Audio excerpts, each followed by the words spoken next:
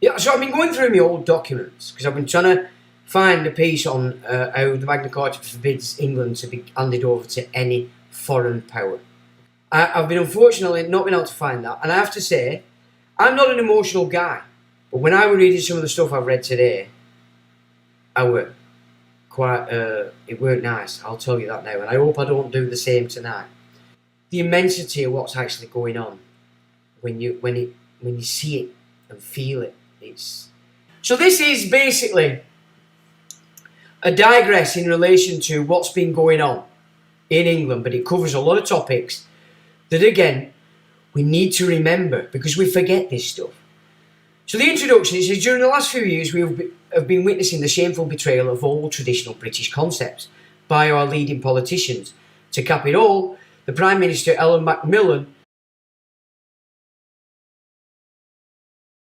has been making determined efforts to subjugate us to European bureaucrats and to break up the British world beyond recovery. So this were working, put together at the time of Errol Macmillan. He said it is humiliating that these last few days it has fallen to a remarkable Frenchman, Charles de Gaulle, who is standing, according to his lights and greatness of France, to save us from our folly and to point out that Britain is an insular and maritime nation with worldwide connections, differing fundamentally from the nations of Europe, and that we, as a nation, could not enter the common market except at the price of dishonour. Alright, so if you're a politician, a councillor, you are in dishonour, regardless of what you think of yourself and regardless of what your handler tells you. In the following pages, an attempt has been made to indicate very briefly the basic factors in Britain's rise to greatness in the past. It is the gradual losing sight of these truths since the end of the 17th century, so that's 1600s, which has produced the conditions leading to our present alarming decline. This has been written in the hope that it is still possible for the British people to wake up and make a last stand for the truth. A bibliography has been provided at the end of this booklet to enable them, and this was done January 29, 1963. Law and the Constitution. Lord Chief Justice Cork wrote, "The original laws of this land were composed of such elements as Brutus first selected from the ancient Greek and Trojan institutions. A later king, Dunwall or Malmutius, recodified the laws." He was called Donald the Bold as well.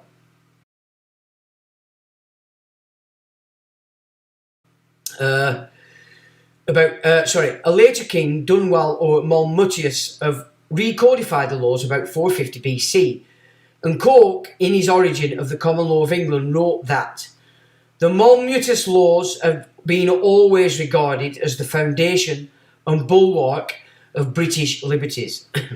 Because of course then we were British Isles, remember. That's what it used to be called, before that Albion. Under the laws of Brutus, every subject was as free as the king. The laws in force were the Sefrithio or common rights, so that's obviously Welsh, or common rights. The usages of Britain would not be altered by any act of the Crown or National Convention. They were now considered the inalienable rights to every Briton, to which every Briton was born, and of which no human legislation could deprive him. One of these usages was, there are three things belonging to a man, from which no law can separate him: his wife, his children, and the instruments of his calling. For no law can unman a man or uncall a calling. Did you see, look at that? Children. Offspring. What's happening today? Among the laws as enacted by Malmutius is the following. Three things are indispensable to a true union of nations: sameness of laws, rights and language.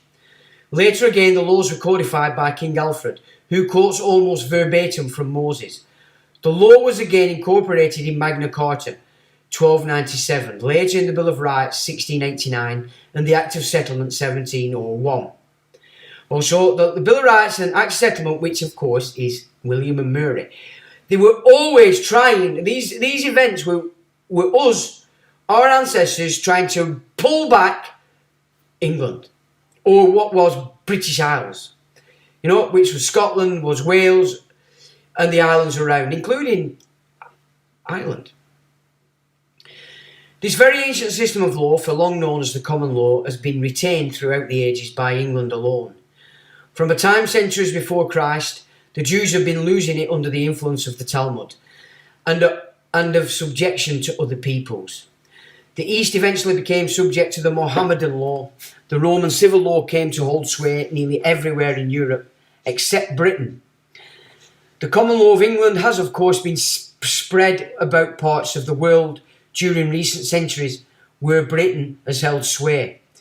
A great difference between the civil law and the common law is that the civil law holds that every man and every nation is guilty until he has proved himself to be innocent, whereas the common law holds that every man and every nation is innocent until he has been proven to be guilty.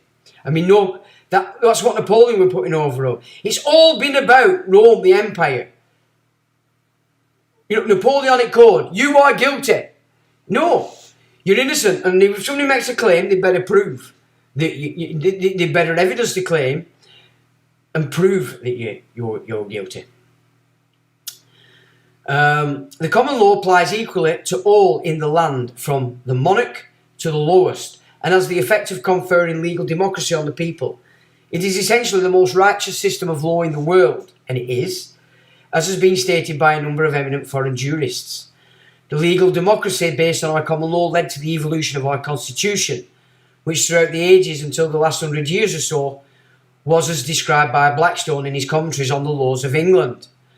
In all tyrannical governments, the supreme magistrate, or the right both of making and of enforcing laws, is vested in one and the same man, or one and the same body of men. And whenever these powers are united together, there can be no public liberty.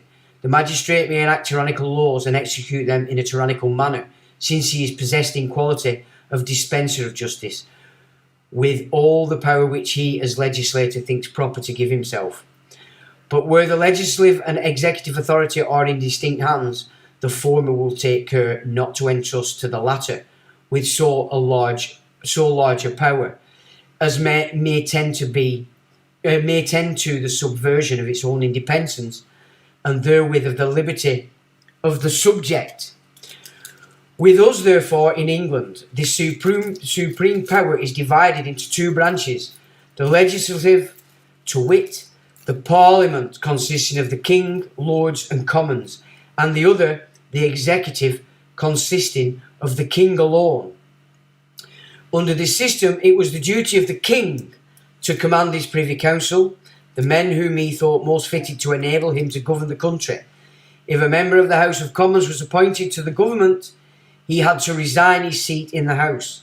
The House of Lords, besides being a Senate, was the Supreme Court of common law in the country. The House of Commons was composed of men elected by the constituencies to represent them in Parliament. Did you hear that, MPs? The House of Commons was composed of men elected by the constituencies to represent them in Parliament. Okay? That's not happening, is it? There were no political parties, and therefore all members of the Commons were independent. Their duty was to represent their constituents and to act in accordance with their conscience. As there were no party organisations, the constituencies were free to choose the men they thought best for the job. There was freedom of election. And as I've said before, consider it in this way: one page of rules, 22 in number.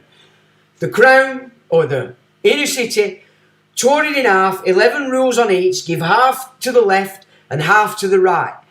So each have half of the rules required to run a nation. And what have they done? They've got you all believing one side or another. The duty of the members of the Commons was to keep vigilant watch to see that none of the King's ministers in conducting the government did anything that would infringe the liberty of the subject. Their power of sanction lay in the fact that they controlled the purse and could impeach any minister before the House of Lords, if they thought such a course to be necessary in the interest of good government. The idea was that the three parts of Parliament, Monarch, Lords and Commons, were of equal standing, and the system worked best when they worked amicably in equality. Of course, Parliament today pretends it's sovereign. The only sovereign role here is the office of monarch. And we give it our sovereignty. We are the crown. But the monarch has to be acting in accordance with the constitution. Trouble was apt to arise if the balance got disturbed by one of the parts getting or trying to get too powerful at the expense of the others. Tony Blair, Gordon Brown. Because remember, Gordon Brown is the supreme communist. Tony Blair was just the frontman Mandy. Yeah, and their job from the get-go was to remove the House of Lords of Englishmen. Remove the House of Lords of the power of the bishops of the Church of England. That's what they did. But we've had some interesting manoeuvres in the last couple of weeks, which we'll have a look after.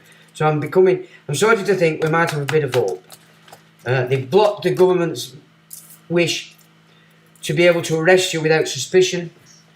They blocked this idea that they can arrest protesters. And they've created a mechanism within the this bill for a digital currency to ensure there's also a mechanism for cash. Trouble was apt to arise if the balance got disturbed by one of the parts getting or trying to get too powerful at the expense of the others. The great strength of the Tudors, Henry VIII and Elizabeth I, lay in the fact that they understood the constitution and knew the limits to their power.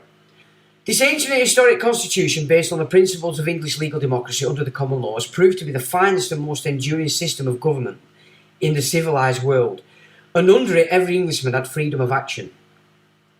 The resulting achievements of the British at home and abroad were remarkable. This legal democracy rested on fundamental law, applied to the wide divergent social issues by the reasoned decisions of the lawyers in the courts of law, and the separation of the legislative and the executive authorities. The whole system rested on the consent of the people, and all its officials were responsible to the people through their elected representatives in the Commons. The civil law must now be described. Roman law was the great achievement of Roman lawyers applying the fundamental principles of the 12 tables to the problems of Roman social life.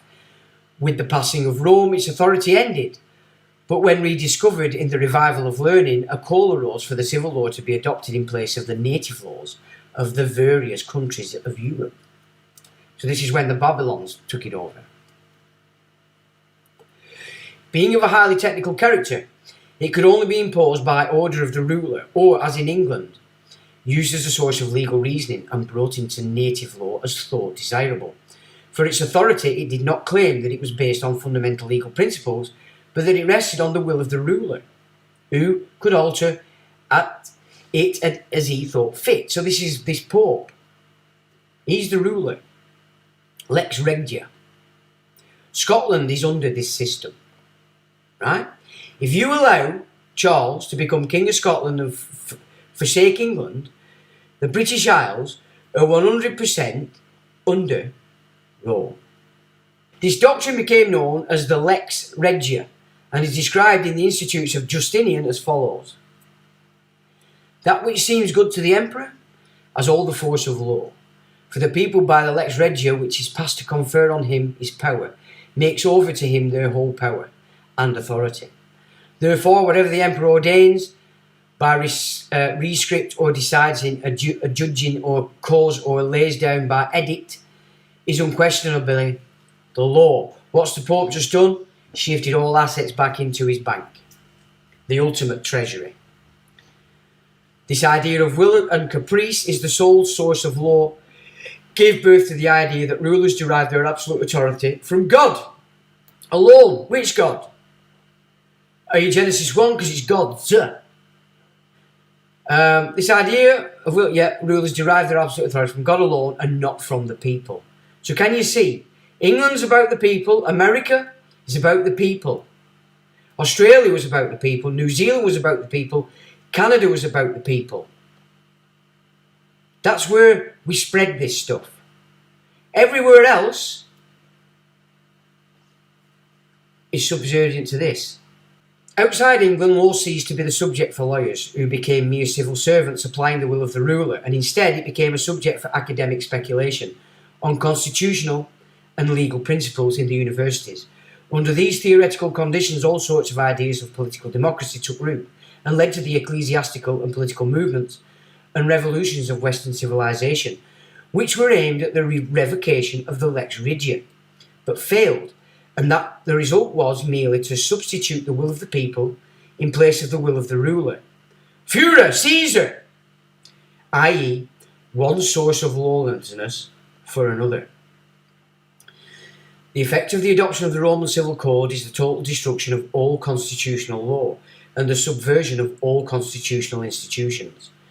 This was clearly shown in the case of Scotland, which had been for centuries a common law country, with legal ideas and institutions similar to those of England.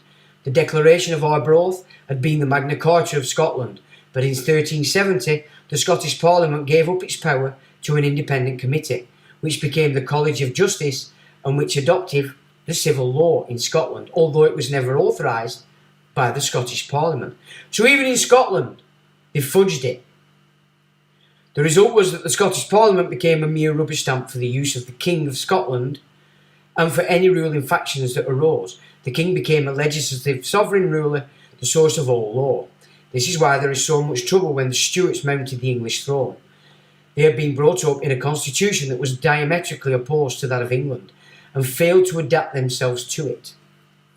The English opposition to the civil law ideas has been on record from as long as 700 years ago, in the writings of Bracton and his successors. 500 years ago, Fortescue in his De Laudibus Legum Anglia, see look, I'm even nearly fluent in Latin, made the contrast between common law and civil law kingships when he wrote, "For the King of England is not able to change the laws of his kingdom at his pleasure, for he rules his people with a power not only regal but also political. If his power over them were only regal, then he might change the laws of his realm and charge his subject with taxes and other burdens without their consent. And such is the domination that the civil laws claim when they state the prince's pleasure has the force of law. But the case is far otherwise with a king ruling his people politically. He can neither change the law without the consent of his subjects, nor yet charge them with impositions against their will. Wherefore his people fairly and freely enjoy and occupy their own goods, being ruled by such laws as they themselves desire." After nearly a century of trouble with the Stuarts and with Cromwell, the English Constitution was again reaffirmed in the Act of Settlement and Bill of Rights. The Act of Settlement had the following peroration: "Whereas the laws of England are the birthright of the people thereof, and all the kings and queens who shall ascend the throne of this realm ought to administer the government of the same according to the said laws, and all the officers and ministers ought to serve them respectively according to the same. The said Lords spiritual and temporal and commons do therefore humbly pray, that the laws and statutes of this realm for securing the established religion and the rights and liberties of the people thereof, and all other laws and statutes of the same now in force, may be ratified and confirmed, and the same are by His Majesty, by and with the advice and consent of the said Lords, spiritual and temporal, and commons, and by authority of the same, ratified and confirmed accordingly." The principles thus enacted remain to this day the fundamental law of our Constitution. But after that we began to run into further trouble. Corruption set in as the result of apolitical parties beginning to emerge. So this is your Whigs.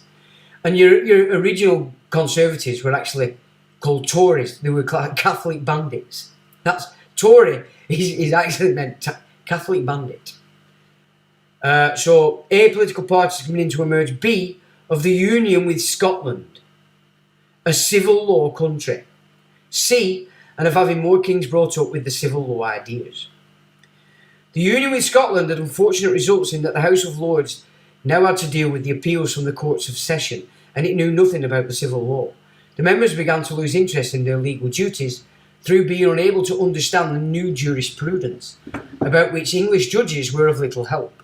At the same time, a rapid increase in the membership of the House began as a result of party political activities, and this led to a great decrease on the part of the membership in their traditional pride, in their duty to understand and judge in accordance with the common law.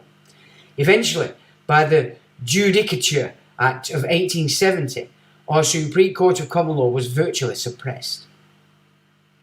The Act of Settlement contained the following vitally important clause relating to the purity of the representative principle. No person who has an office or a place of profit under the King or receives a pension from the Crown shall be capable of serving as a member of the House of Commons. And now they've got all the little players in there, haven't they? And like I said, you've got to think, 1850 to 1900, that was a reset. So all that they've got in on these acts, these garbage, this piss, has been in readiness for the reset that they set up then. But the new interests achieving power by means of constitutional corruption managed to get the above clause amended so as to allow members of the House of Commons to return their seats while holding office in government and administration, under conditions by which the intention of the clause was virtually defeated. And the House of Commons became open to the influence of public patronage and the management of its members. Instead of being a control on those who exercise national authority, it became subservient to them. George III had been brought up under the influence of his mother, who was a German princess from a civil law principality. She also took care to surround him with tutors and advisors holding similar conceptions of kingship. The result was that Scotsman played a leading part in his education and in his early administrations, notably William Murray as Solicitor General and later as Lord Chief Justice of England under the title of Lord Mansfield. So this is your Whigs.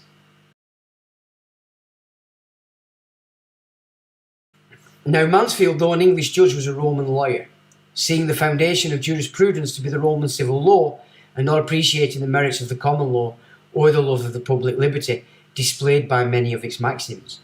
By means of the power given him by patronage, George III found himself able to achieve a personal rule with the support of the Commons as complete as Charles I had tried to establish in opposition to the House. So George III achieved what Charles I didn't. Under Lord Mansfield, the entirely new conception was introduced that any absolute passive obedience was due to Parliament, which was not in any way be questioned, much less resisted, by the people. He insisted that when the supreme power abdicates, the government is dissolved, and therefore that every means of coercion is justified to enforce authority. As a result of these ideas, Mansfield was largely responsible for the revolt of the American colonies and other troubles. Opposition to Mansfield's ideas was strongly expressed by men like Edmund Burke and William Pitt, Earl of Chatham.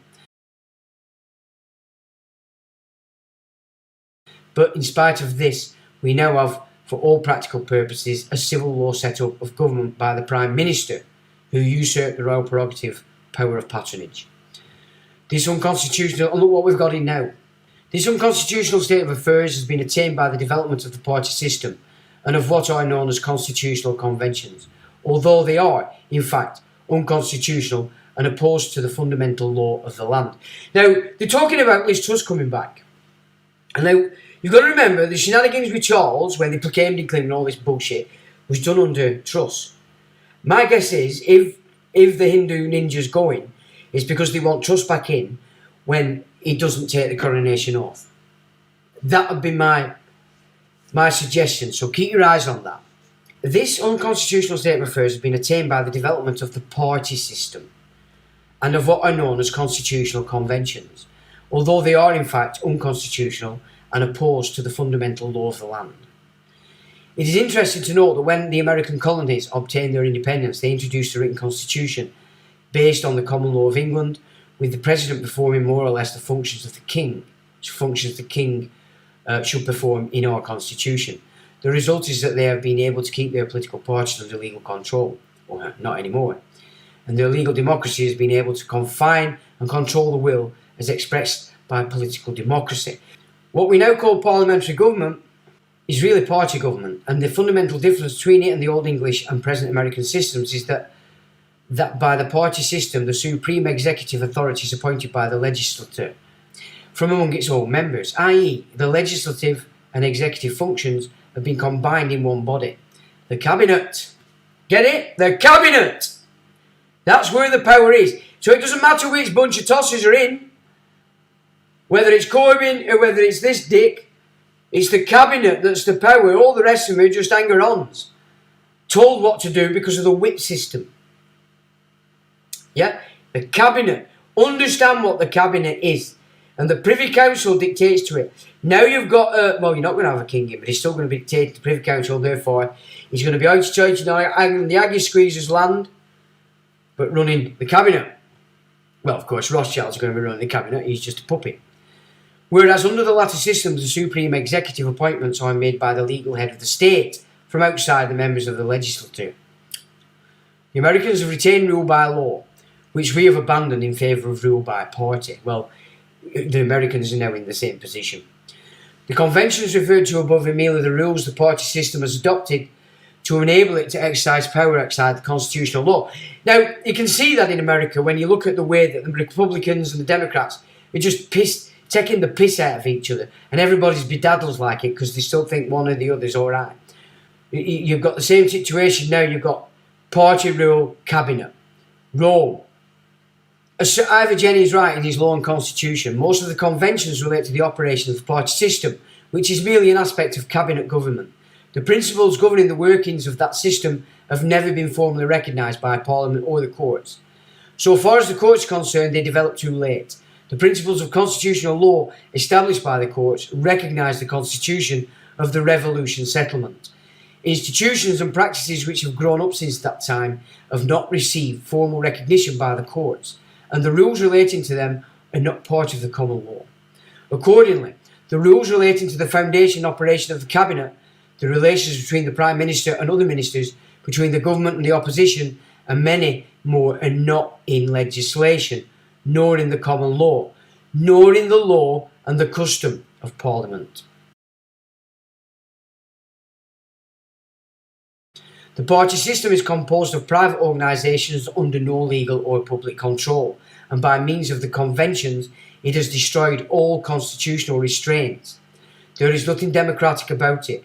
What we really have now is party dictatorship. Referring to the nature of the character of party government, Burt, in his vindication of natural society, wrote, "The great instrument of all these changes, and what infuses a peculiar venom into all of them, is party. It is of no consequence what the principles of any party or what the pretensions are. The spirit which actuates all parties is the same, the spirit of ambition, of self-interest, of oppression and treachery." So while you're holding up all these MPs as something special, they're not. They are like, so I picked up something earlier in the week where what's happening with the police is they're actually purposefully recruiting people that have certain psychopathic tendencies. And it's the same with politicians. And it's the same with all these people that are running the food banks.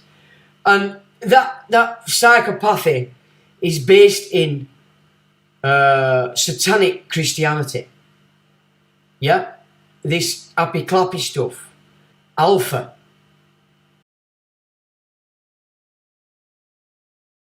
So what they've done basically now, while you're all pissing around watching telly, is handed our entire system to people with particular psychopathic traits.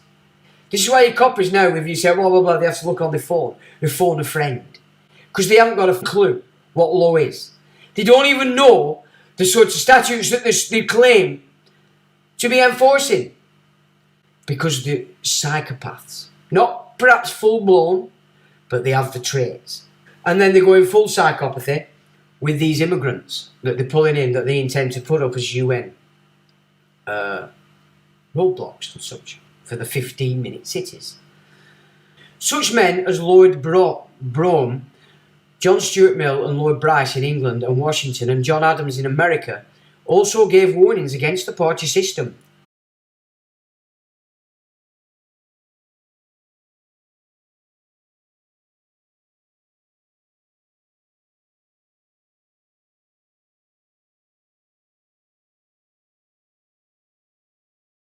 The parties form an effective barrier between the people and the government.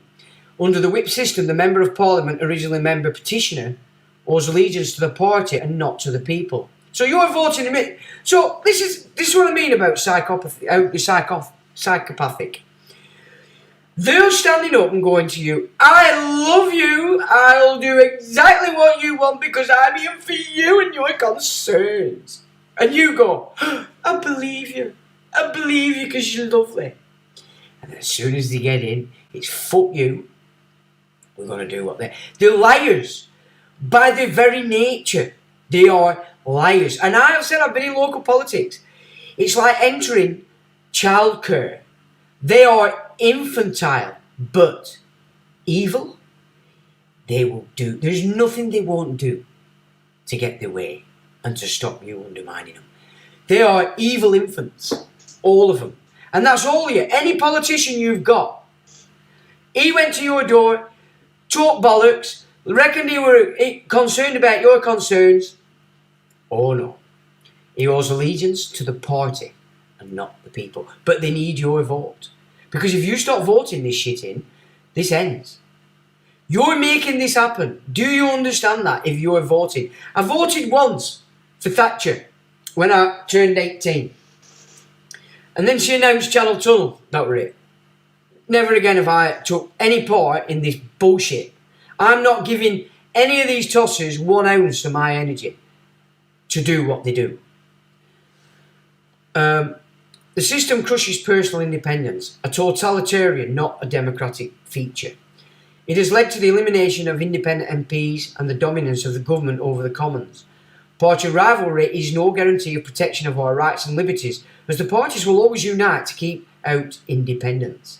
So that's where we need to go, folks. Independence. And in defence of the powers and prerogatives which they have stolen from the people. In order to usurp the legal supremacy of Parliament, the first step is to destroy the freedom of election. Which they do, they select them. Everybody that runs for Parliament is being selected by a party. Because they've got psychopathic traits. And the police with psychopathic traits will back them. They're all, what would you call it? They're in the same asylum. And it's not the wise asylum. In order to usurp legal supremacy of Parliament, the first step is to destroy the freedom of election, which besides the secret ballot requires freedom of nomination and freedom of the elected representative from all influences of fear or favour, punishment or patronage. Although these freedoms are an essential part of our Constitution and are incorporated in the Bill of Rights, they have been eliminated by the party system. The idea of making candidates for election to Parliament put down a forfeitable deposit is one of the tricks designed to impede freedom of election by discouraging anyone other than party-sponsored candidates from standing for election. A parliament cannot be true and legal unless elected under conditions of proper freedom. What we now have is a modern form of livery and maintenance and an abuse of the legal procedure of the High Court of Parliament, besides which abuses like packing a jury are insignificant. The monarchy is the centre of our whole constitutional system because in the monarch is vested the sovereignty of the British people, and it is from this sovereignty that all legal authority is derived. By law, the sovereignty is in the Crown and cannot be delegated. It can only be effected by an Act of Parliament. Under the law, the monarch has only one personal function, that of being the controller of public patronage and the grant of office and honour.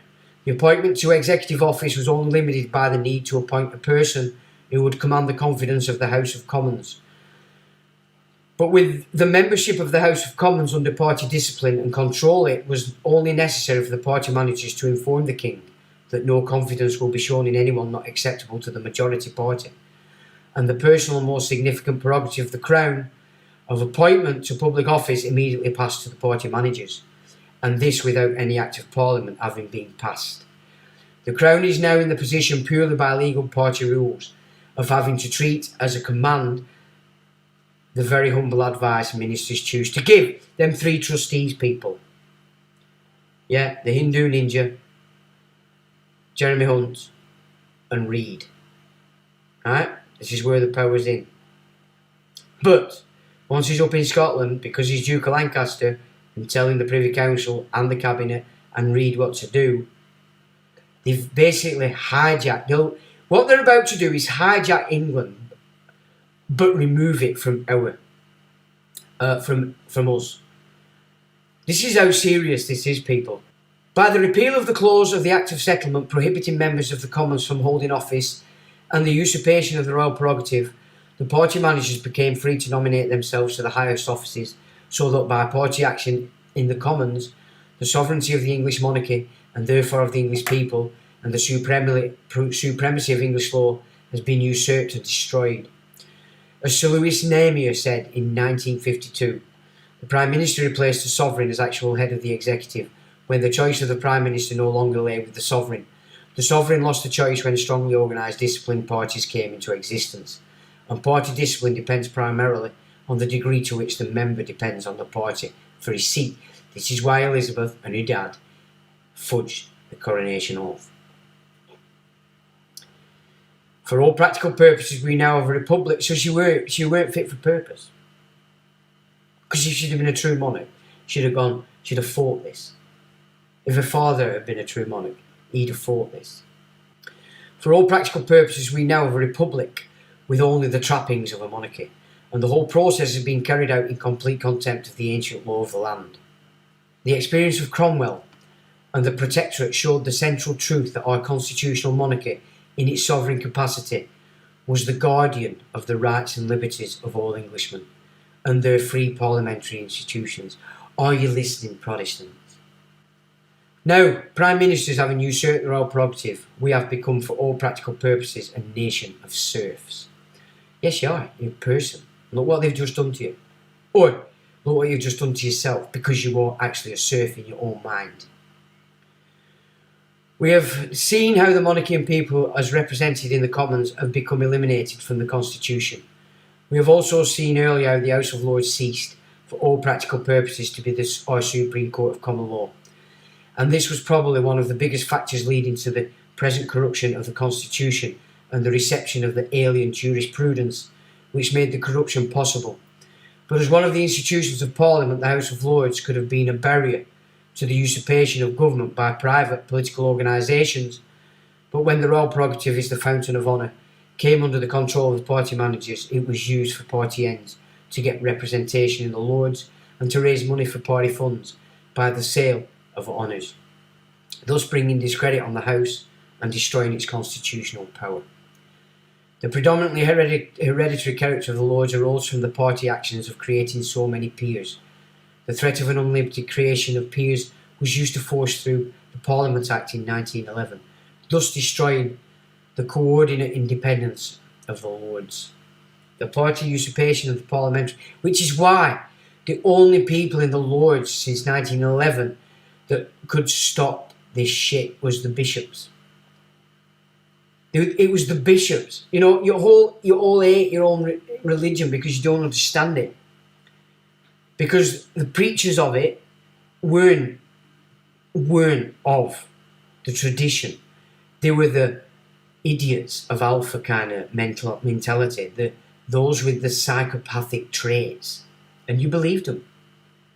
The threat of an unlimited creation of peers was used to force through the Parliament Act in 1911, thus destroying the coordinate independence of the Lords. There we go. But it can be brought back. The power's in us. The power is invested in us, the people. And it only takes 5 to 8%. That's all it takes of people working in unison. We don't need all the fruit bats on side. You know? The party usurpation of our parliamentary institutions is now complete. The sole duty of Parliament, consisting of monarch, Lords and Commons, being to approve the Commons of the Cabinet, acting under what has now become, for all practical purposes, the dictatorship of the Prime Minister, and to give a legal form to these commands. What have we got in as a Prime Minister here? Now, a British Raj entity. Truss we have. What's that critter? Boris, the blonde bombshell. And we've just had idiot after idiot after idiot. I mean, John Smith, maybe he were alright. Harold Wilson, maybe he were alright. But the rest of them, you know, the last vestiges of anything good coming out of Labour was Sir Robin Cook.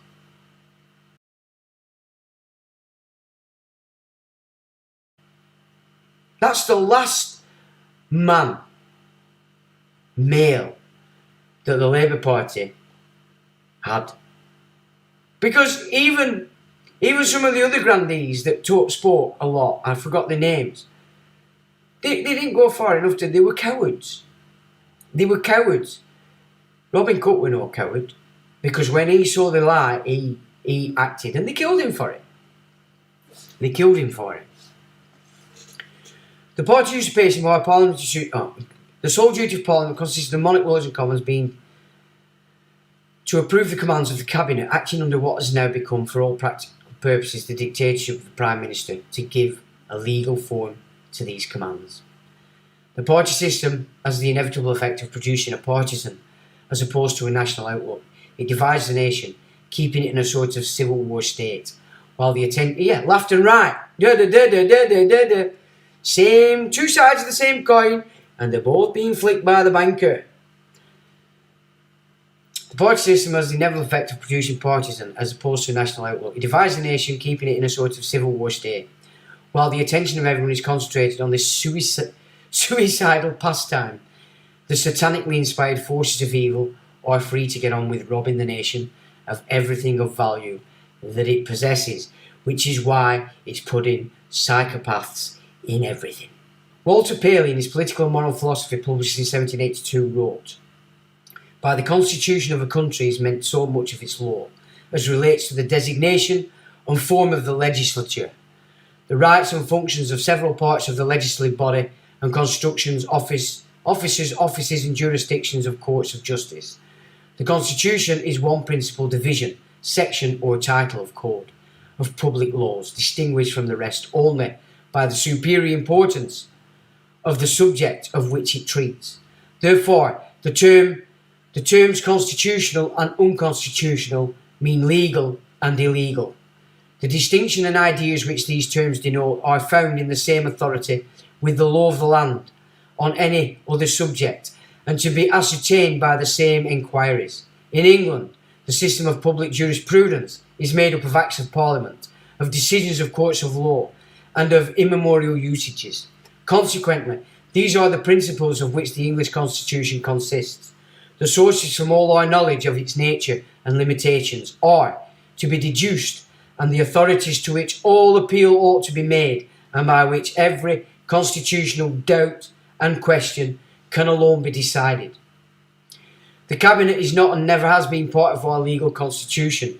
From the beginning, it has been a malevolent growth which has destroyed the most vital principle in our constitutional system, that of ministerial responsibility to Parliament. Having adopted secrecy and collective action so that ministers cannot now be impeached by the Commons, as the Commons cannot find out for what any individual minister is responsible. And of course, you break the system, you lose the whip. Thus, we who pride ourselves on democracy have allowed ourselves to reach the stage of being despotically governed by a secret council, sworn to silence, for which there is no basis in English law. The Cabinet, the Privy Council, the inner city of London, the Holy See. There is now nothing to safeguard the national interests, and our national destiny is bound to party appointments made for party ends, regardless of the suitability of the men for the post to which they are appointed. Besides being unconstitutional, the system is criminally insane. Under irresponsible and unsuitable ministers, we naturally get an immense army of government officials who exercise despotic power in all sorts of ways, and who are exempt from any public and personal responsibility to Parliament. There is no room for statesmanship or integrity. Everything is reduced to the sordid immediate consideration of deluding the public into voting as required by the respective parties in order to retain or obtain the sweets of office. The party system denies the existence of fundamental law, and this modern denial is associated with John Austin, who repudiated English common law ideas and turned with respect to the Roman civil law. He got his ideas in Germany when the philosophy of totalitarian dictatorship was being incubated. Popular institutions such as our Parliament can only retain their character if they are subject to a fundamental law, which holds them true to their purpose, and, if the law is destroyed, there is nothing to prevent them being corrupted into becoming the instruments of despotism instead of being the guardians of law, as was clearly shown by the experience of Scotland mentioned earlier.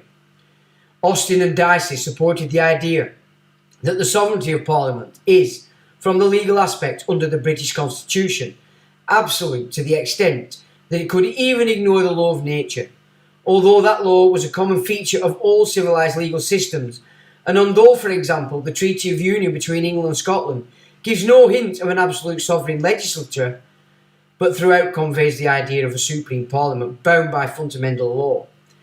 What the modern idea that there is no fundamental law means in constitutional matters is made quite clear by Professor Gough when he states, "It was with the Benthamite principle of utility, although this itself was only natural law in a new form, accompanied by the introduction of parliamentary reform, that modernity really began to make itself felt.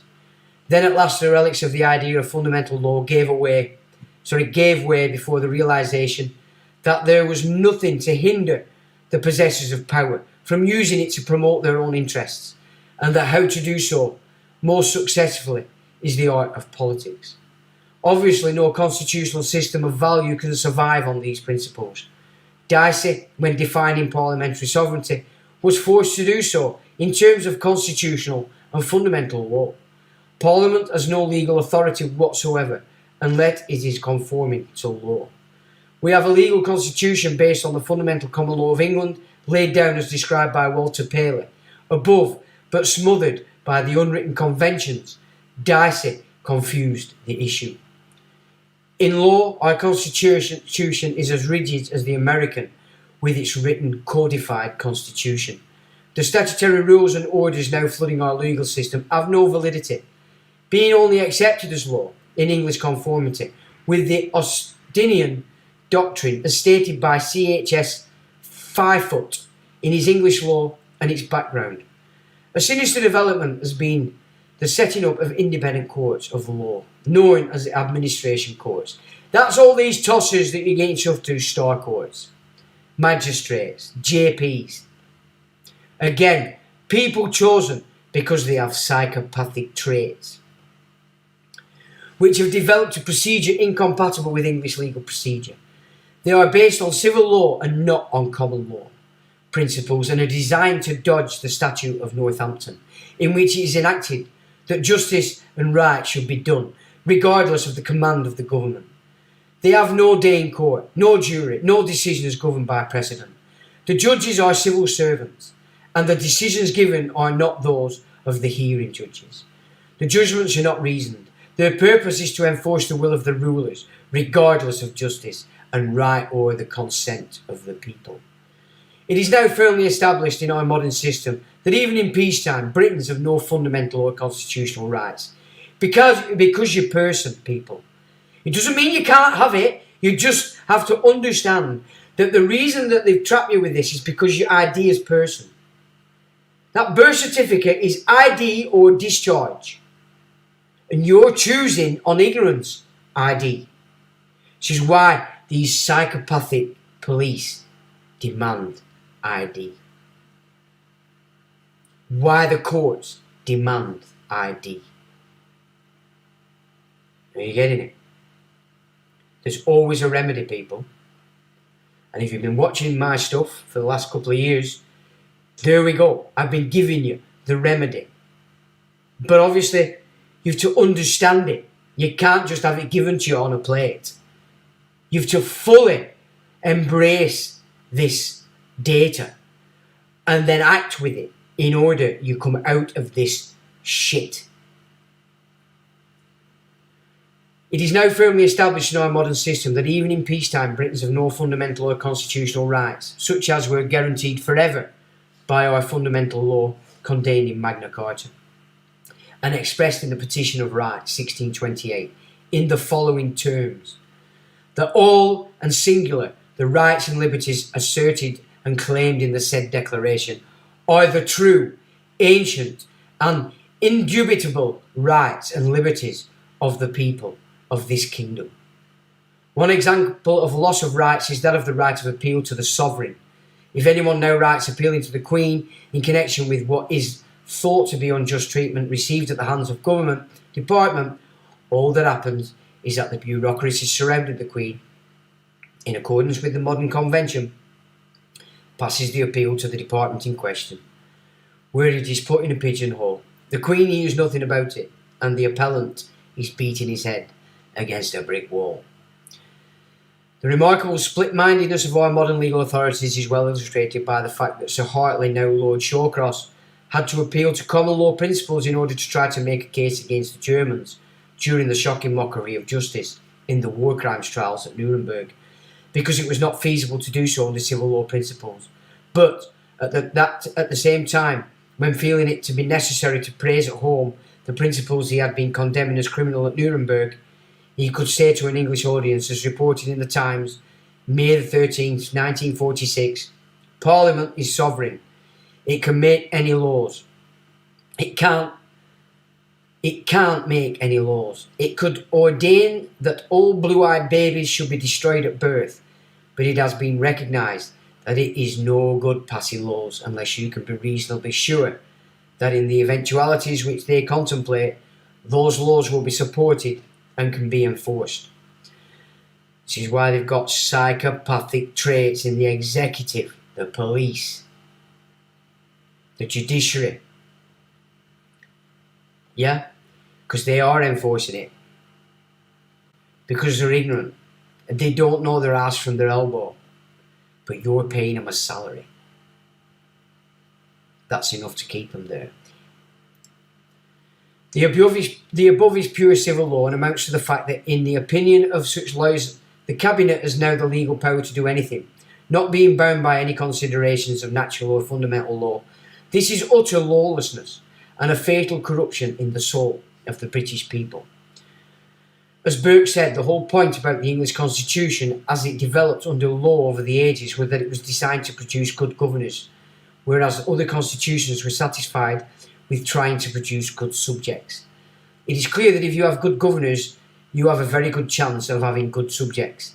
And it should now be obvious, judging by what has happened in Britain since the last war, that if you have bad governors, you soon get corrupt subjects.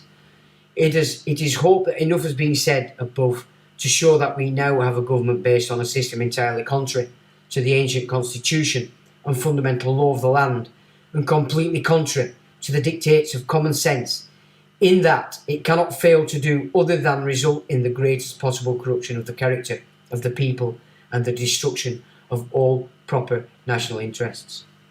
If we had gone into the common market, we would have been subjected to men with a different background, men with ideas of law and liberty of the subject entirely opposed to those for which we have stood and fought throughout the ages. The legal democracy which we used to have would have been something beyond their ken, and we would have become slaves of whoever was wielding power from behind the scenes. Since Britain's entry into the then EEC in 1973, all this has come to pass. And there you go. There you go. That's what made Blighty amazing and fantastic. Till the next time.